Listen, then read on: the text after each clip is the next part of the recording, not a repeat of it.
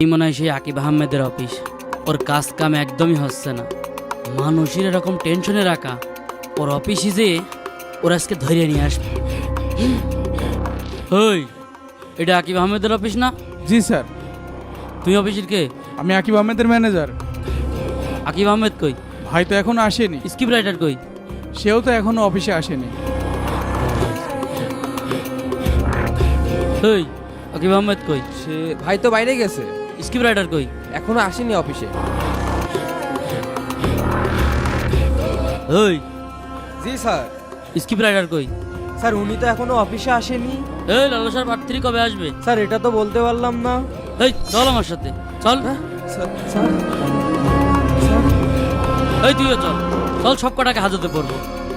শোন ম্যানেজার, লালু সার পার্ট 3 যতদিন না আসবে ততদিন এদেরকে গারো দিয়ে আটকে রাখবো। নিয়ে গেলাম। এই চল চল, ঢোক ঢোক, গারো দিয়ে ঢোক, যা থাক এর ভিতরে। যতক্ষণ না লালু সার পার্ট 3 দেবে ততক্ষণ এর ভিতরে আটকা থাকবি। থাক এর ভিতরে আটকা। আকিব ভাই, আকিব ভাই তাড়াতাড়ি লালসার পাট ফিরিয়ে দেন আর আমাদের এখান থেকে মুক্ত করেন।